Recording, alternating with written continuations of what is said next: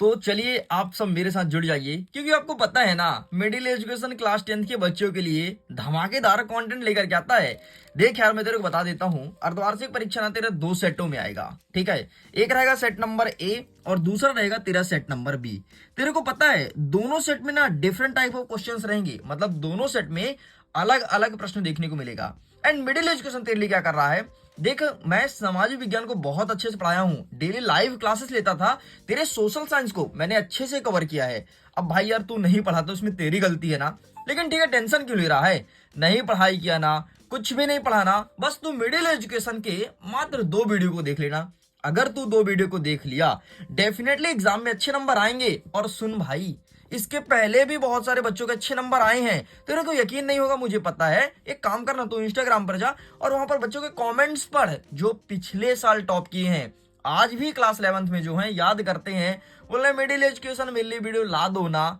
And तू comment जाकर Instagram में पढ़ सकता है, तुझे आइडियाज लग जाएंगे कि मिडिल एजुकेशन के कंटेंट में कितना दम होता है। देख यार, मैं कहता हूं नहीं हूं, सच में दम होता है। तू एक बार भरोसा करके जा, इन सारे क्वेश्चंस को अच्छे से याद करके जा, डेफिनेटली टॉप करेगा। अब देख, यहां पर मैं अर्धवार्षिक परीक्षा वर्ष 2024-25 के लिए लाया हूं, कक्षा 10वीं के सामाजिक विज्ञान के है। और ये तेरा दूसरा पेपर है, पहला पेपर हिंदी का है जो मैं सब कुछ कवर कर दिया हूं। तो चल फटाफट बिना टाइम वेस्ट किए ये भी कवर कर लेते हैं। समय तेरे को 3 घंटे दिए जाएंगे एंड टोटल 75 मार्क्स, मतलब 75 नंबर का तुम सबका पेपर रहना है। एंड यहाँ पर इंस्ट्रक्शन मौजूद है, जैसे सभी प्रश्न को हल करना अनिवार्य है। 1 से 5 तक तुमको वस्तुनिष्ठ प्रश्न देखने को मिलेगा, जो कि प्रत्येक प्रश्न के लिए 1 अंक निर्धारित किया गया है। 6 से 23 तक जितने क्वेश्चंस रहेंगे सभी में अतिरिक्त विकल्प रहेगा। तेरे को ना मानचित्र भी दिया जाएगा, इस बार मानचित्र भी भरना है, और उनके लिए भी मैंने बहुत अच्छे से वीडियोस बनाए हैं। तू प्लेलिस्ट में जा और सारे वीडियो को अभी भी 2x की स्पीड में देख सकता है। देखो, 6 से 17 तक जितने क्वेश्चंस रहेंगे सभी 2 अंक के रहेंगे। 18 से लेकर के 20 तक जितने क्वेश्चन रहेंगे सभी 3 अंकिया रहने वाले हैं। इस प्रकार से इंस्ट्रक्शन है, ये सब हम साइड करते हैं और आगे फटाफट बढ़ते हैं और सारे क्वेश्चंस को अच्छे से समझने का प्रयास करते हैं। अब देखो, यहां पर लिखा है सही विकल्प चुन करके लिखो, मतलब प्रश्न क्रमांक 1। हमारा पहला नंबर कहता है कि फर्स्ट वर्ल्ड वॉर, मतलब प्रथम विश्व युद्ध कब प्रारंभ हुआ था। देखो यार, अगर मैं फर्स्ट वर्ल्ड वॉर की बात करूं तो ये 1914 से हुआ था। टाइम पीरियड ध्यान रखना, 1914 से लेकर के 1918 तक पहला विश्व युद्ध हुआ था। और दूसरे की मैं बात करूं तो 1939 से लेकर के 1944 तक चला था। ये रहा दोनों वर्ल्ड वॉर की डेट, ये पहला था, ये दूसरा था। डेट याद रखना, डेट ही तेरे एग्जाम में आएगा। और ये प्रश्न 2020, 21, 22 फिर 24 में पूछा है, 23 बस में नहीं पूछा है, तो डेफिनेटली 25 में आने के चांसेस हैं। हमारा दूसरा नंबर कहता है जलियांवाला बाग हत्याकांड कब हुआ था। अब जलियांवाला बाग हत्याकांड की घटना कुछ ऐसी थी कि अंग्रेज अधिकारी ने आक्रोश में आकर के हमारे हिंदुस्तानियों पर गोली बरसाई थी, और ये जिस मैदान पे हुआ था उसका नाम था जलियांवाला। और जब ये हत्याकांड हुआ तो जलियांवाला बाग हत्याकांड नाम जुड़ गया, और 13 अप्रैल 1919 को हुआ था। तेरे को पता है 2000 से ज्यादा लोग मारे गए थे भाई, और तेरे को पता है 5000 से ज्यादा लोग घायल हुए थे। बहुत बड़ा कांड था यार, पूरा हिंदुस्तान का दिल एकदम दहल उठा था। तीसरा नंबर कहता है कि भारत छोड़ो आंदोलन कब शुरू हुआ। भारत छोड़ो मतलब हम अंग्रेज कह रहे थे यार अंग्रेज तुम यहाँ से चले जा भाई, अब बहुत हो गया, अंग्रेज तुम भारत छोड़ो, ठीक है। और ये आंदोलन की शुरुआत हमने करवाया था अगस्त 1942 में, मतलब मैंने नहीं करवाया था, उस टाइम पे तो मैं पैदा भी नहीं लिया था, लेकिन 1942 की ये घटना है। हमारे महात्मा गांधी का बड़ा योगदान था, इस चीज को ध्यान रखिएगा। आगे हमारा चौथा नंबर कहता है कि भारत में 2011 की जनगणना के अनुसार लिंगानुपात कितना है। भाई लिंगानुपात की बात कर रहा है, लिंगानुपात मतलब होता है 1000 पुरुषों में से कितनी महिलाएं हैं, इसे कहते हैं लिंगानुपात। एंड ये बात कर रहा है 2011 की। अगर इस टाइम की मैं बात करूं तो 1943 देखने को मिलता था, मतलब अगर हमारे हिंदुस्तान में 1000 पुरुष हैं तो उनमें से 943 महिला हैं, मतलब महिलाओं की संख्या कम है, ठीक है। इसीलिए कहते हैं महिलाओं का सम्मान करो, है ना, गलत नजर से मत देखो। आगे देखते हैं, हमारा 5वां नंबर कहता है भारत में बैंक जमा का कितने प्रतिशत भाग नगद के रूप में अपने पास रखता है। मतलब जैसे तुम कुछ चीज जमा कर रहे हो तो बैंक कितना परसेंटेज अपने पास नगद में रखेगा, बाकी इन्वेस्ट कर देगा, वो है 15%। तू जितना रखेगा देगा बैंक को पैसा, तेरा 15% ही बैंक रखेगी। आगे बढ़ते हैं, 6वां नंबर कहता है कि कौन सा क्षेत्रक सबसे अधिक रोजगार देता है। देख यार, प्राथमिक में कृषि आता है, द्वितीयक में उद्योग आता है, तीसरे में सेवा आता है, या फिर इनमें से कोई नहीं। तो इनमें से ना वैसे तो सभी रोजगार देते हैं, लेकिन सबसे अधिक देता है कृषि। तेरे को पता है 51% कृषि का योगदान है, बाकी फिर जो बचा 49% उसमें तेरे द्वितीयक और तृतीयक क्षेत्र का योगदान है। भाई बहुत, अरे तेरे को पता है यार हमारा हिंदुस्तान कृषि प्रधान देश है, यहाँ खेती सब लोग करते हैं और ज्यादातर यहाँ किसान है। भाई जिसको तू वीडियो देख रहा है ना, मैं भी किसान हूँ, ठीक है, मेरे यहाँ भी अच्छी खासी खेती होती है, हम लोग भी खेती करते हैं और खेती करके ही जीवन यापन करते हैं। चलो आगे बढ़ते हैं। नेक्स्ट कहता है प्रश्न क्रमांक 2, रिक्त स्थान की पूर्ति कीजिए। पहला नंबर कहता है विनिर्माण उद्योग समानता की डैश डैश डैश रीढ़ समझी जाती हैं, तो ये आर्थिक विकास के, समानता के आर्थिक विकास की रीढ़ समझी जाती है, तो यहाँ पे लिखोगे आर्थिक विकास, दैट्स इट, ये लिख के कंप्लीट कर देना। आगे देखते हैं दूसरा नंबर कहता है कि भारत में सड़क का जाल लगभग कितने किलोमीटर है।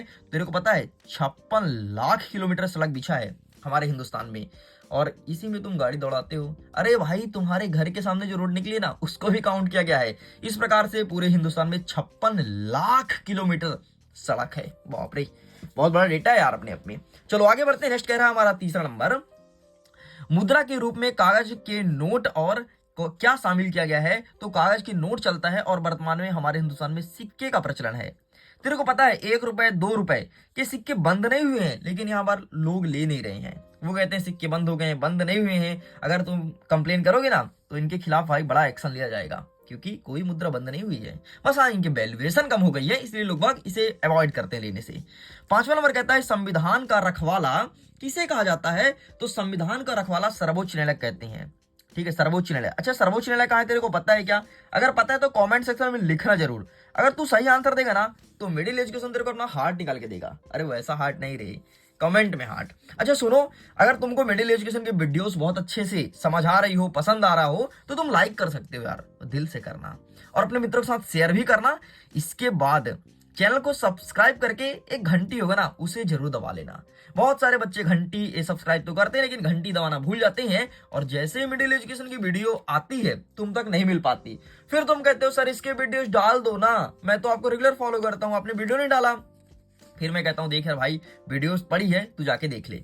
इतना ही नहीं यार, सोशल मीडिया पे जुड़ सकते हो। फेसबुक पर MP4 मिलेगा, MP4 मतलब वहां पर वीडियोस मिलेंगे जो कि मिडिल एजुकेशन स्वयं बनाता है, तो लिंक डिस्क्रिप्शन बॉक्स में जुड़ो। टेलीग्राम पर PDF जो तुम देख रहे हो, इसका PDF टेलीग्राम पर, और लिंक डिस्क्रिप्शन बॉक्स में है, वहां पे लिखा है PDF का लिंक डाउनलोड करें, ऐसा कुछ करके वहां पे क्लिक करके तुम डाउनलोड कर सकते हो। एंड इंस्टाग्राम पर एक मैं चैलेंज कर रहा हूँ जो कि बहुत अजीब और गरीब चैलेंज है, उस चैलेंज से जुड़ना जरूर, और उस चैलेंज के साथ अगर तुम आगे बढ़ोगे डेफिनेटली MP बोर्ड के टॉपर कहलाओगे।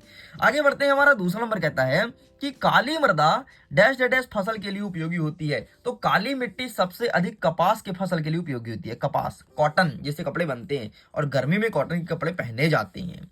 छठवां नंबर कहता है नागार्जुन बांध किस नदी पर बनाया गया है। तो जो नागार्जुन बांध है वो कृष्णा नदी पर बना है, कृष्णा, ठीक है, गंगा यमुना कृष्णा कावेरी नाम तो सुने होगा ना, तो कृष्णा नदी पर नागार्जुन बांध बनाया गया है। आगे बढ़ते हैं फटाफट। प्रश्न क्रमांक 3, सही जोड़ी को मैच कीजिए। हीराकुंड बांध, तो हम देखो पूरा दिखाता हूं, ठीक है, फटाफट सही जोड़ी मिलाने का अच्छा ट्रिक बताता हूं। हीराकुंड बांध सपोज करके मुझे नहीं पता, तो भाई हीराकुंड बांध क्या लार्ड कर्जन घर में बनेगा, क्या सन में बनेगा, क्या पश्चिम बंगाल में बनेगा, या फिर कर्नाटका में, या फिर संकटग्रस्त, या फिर महानदी। अरे भाई बांध है तो नदी पे बनेगा ना, तो महानदी से मैच कर दी। थोड़ी दिमाग लगाना पड़ेगा सही जोड़ी में, सारी सही जोड़ी कर जाओगे। अब काला हिरण भाई संकटग्रस्त है, मतलब उसकी संख्या लगातार कम हो रही है, तो इससे इसको मैच कर देना है। बंगाल का विभाजन 1871 में हुआ था, ठीक है। इटली का एकीकरण, ये गलत हो गया। बंगाल का विभाजन 1800 नहीं हुआ भाई, 1947 के बाद हुआ है, ठीक है। तो बंगाल का विभाजन में आप लगाओगे लॉर्ड कर्जन, मतलब उस टाइम पे लॉर्ड कर्जन था, उसने ही बंगाल का विभाजन कराया था। इटली का एकीकरण 1871, ठीक है। जूट उत्पादन का राज्य, जूट सबसे अधिक कहां होता है, तो पश्चिम बंगाल में होता है, कर्नाटका में कॉफी होता है। देख, का से कर्नाटका, का से कॉफी, ऐसे ध्यान रखिए। आगे बढ़ते हैं। नेक्स्ट कह रहा है प्रश्न क्रमांक 4, एक वाक्य में उत्तर दीजिए। पहला नंबर कहता है कि प्राथमिक क्षेत्र की 2 गतिविधि का नाम लिखो। गतिविधि मतलब प्राथमिक क्षेत्र में क्या क्या आता है। तो सबसे पहले कृषि तो आती है प्राथमिक क्षेत्र में, भाई तेरे को पता है। कृषि के बाद ना खनन भी आता है, अगर कोई चीज की खुदाई हो रही है वो भी प्राथमिक क्षेत्र में आएगा। बस 2 ही लिखना था ना, 2 हमारा कंप्लीट हो गया। नेक्स्ट हमारा कह रहा है प्रश्न क्रमांक 2, भारत में सबसे अधिक शिशु मृत्यु दर वाला राज्य का नाम बताओ। जहां पर शिशु मृत्यु दर मतलब बच्चे सबसे अधिक मर रहे हैं, तो भाई वो 13 ही राज्य है, मध्य प्रदेश, और यहीं पर सबसे अधिक बच्चों की डेथ हो रही है, छोटे में ही जन्म लेते ही डेथ होती है, ठीक है। नेक्स्ट कहता है तीसरा नंबर, संघ सूची के अंतर्गत रखे गए 3 विषयों को नाम लिखो कि संघ सूची में कौन कौन सा विषय है। वैसे तो संघ सूची में बहुत सारे विषय हैं, लेकिन 3 बोला है ना, तो सबसे पहले जिसमें तू यात्रा करता है वो हो गया रेल, दूसरा हो गया जो तुम्हारे घर चिट्ठी भेजता है डाकिया मतलब डाक, और तीसरा हो गया बचत। बचत मतलब अगर कोई चीज सेफ रखना है, हिंदुस्तान में आगे काम आए, कभी हिंदुस्तान तुम्हारा आर्थिक संकट से गुजरे तो इसके लिए ये सब संघ सूची के अंतर्गत रखे जाते हैं। चौथा नंबर कहता है कि चंद्रशेखर आजाद की मृत्यु कब और कहां हुई थी। तो चंद्रशेखर साहब की मृत्यु 1931 में हुई थी। कहां हुई थी भाई साहब? तो इलाहाबाद में हुई थी, है ना। आजकल लोग बाग इलाहाबाद या इलाहाबाद कहते हैं, थोड़ी आजकल का जो मॉडर्न जमाना आ गया है ना, कुछ का कुछ बोलते रहते हैं, इलाहाबाद को इलाहाबाद बोलेंगे, ये डिजाइन है भाई।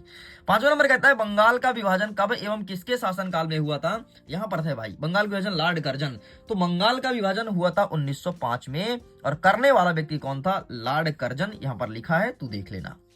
छठवां नंबर कहता है कि सुंदरवन राष्ट्रीय उद्यान किस राज्य में स्थित है। बच्चे को पता है, वेस्ट बंगाल मतलब पश्चिम बंगाल में है सुंदरवन डेल्टा। और पता है तेरे को, यहीं पर गंगा नदी समुद्र में गिरती है, यही है वो राष्ट्रीय उद्यान। चल भाई, ये भी कंप्लीट होता है। आगे बढ़ते हैं। नेक्स्ट कह रहा है प्रश्न क्रमांक 5, सत्य असत्य बनाइए, ठीक है, मतलब बताइए। पहला नंबर कहता है कि भारतीय कृषि 60% आबादी को आजीविका प्रदान करती। बिल्कुल सही है, मतलब 60% लोग ऐसे हैं जो इंडियन एग्रीकल्चर पे जीवित हैं। हमारा दूसरा नंबर कहता है कि महात्मा गांधी ने दांडी यात्रा साबरमती आश्रम से प्रारंभ की थी। बिल्कुल सही बात है, इन्होंने साबरमती से प्रारंभ की थी और दांडी नामक गांव तक गया था, इसलिए इस यात्रा का नाम दांडी यात्रा पड़ा है। समझ गए, ये है तुम्हारा सोशल साइंस। तीसरा नंबर कहता है असहयोग आंदोलन का प्रारंभ 1921 में हुआ था। नहीं रे, झूठ बोल रहा है, असहयोग आंदोलन 1921 में नहीं हुआ है। हमारा चौथा नंबर कहता है भारत में औपचारिक ऋण के प्रमुख स्रोत व्यावसायिक बैंक है। बिल्कुल सत्य है। मनरेगा 2005 से लागू हुआ, तो बिल्कुल सत्य है। मनरेगा के अंतर्गत 100 दिन का रोजगार दिया जाता है, और हमारे मध्य प्रदेश में वर्तमान में अगर कोई व्यक्ति एक दिन काम करता है उसे 244 रुपए दिया जाता है। ये है मनरेगा। छठवां नंबर कहता है मछली पालन प्राथमिक क्षेत्र की गतिविधि के अंतर्गत आता है। बिल्कुल सही है, चाहे मछली पालन हो, चाहे कुक्कुट पालन, भेड़ पालन, बकरी पालन, ये सब कुछ आपके प्राथमिक क्षेत्र के अंतर्गत आता है। दैट्स इट, ये होता है हमारा कंप्लीट। अब देख आगे बढ़ते हैं फटाफट, हम देखते हैं प्रश्न क्रमांक 6। छठवां नंबर कहता है उदारवाद से आप क्या समझते हैं। तो देखो, उदारवाद मतलब होता है कि तुम कहीं भी अपने सामान को बेच सकते हो, कोई दिक्कत नहीं है, उसे कहते हैं उदारवाद। नेक्स्ट कहता है नेहरू रिपोर्ट कब प्रस्तुत की गई, इस रिपोर्ट की विशेषताएं। तो इन सब क्वेश्चंस को एक नेक्स्ट पार्ट में कवर करेंगे। जल्दी लेकर के आएगा मिडिल एजुकेशन पार्ट नंबर 2, जिसमें प्रश्न क्रमांक 6 से लेकर के आगे क्वेश्चंस को कवर किया जाएगा। वीडियो पसंद है तो वीडियो को लाइक करिएगा, अपने मित्रों के साथ शेयर कीजिएगा, पहली बार आए चैनल को सब्सक्राइब जरूर कीजिएगा। Okay, bye bye.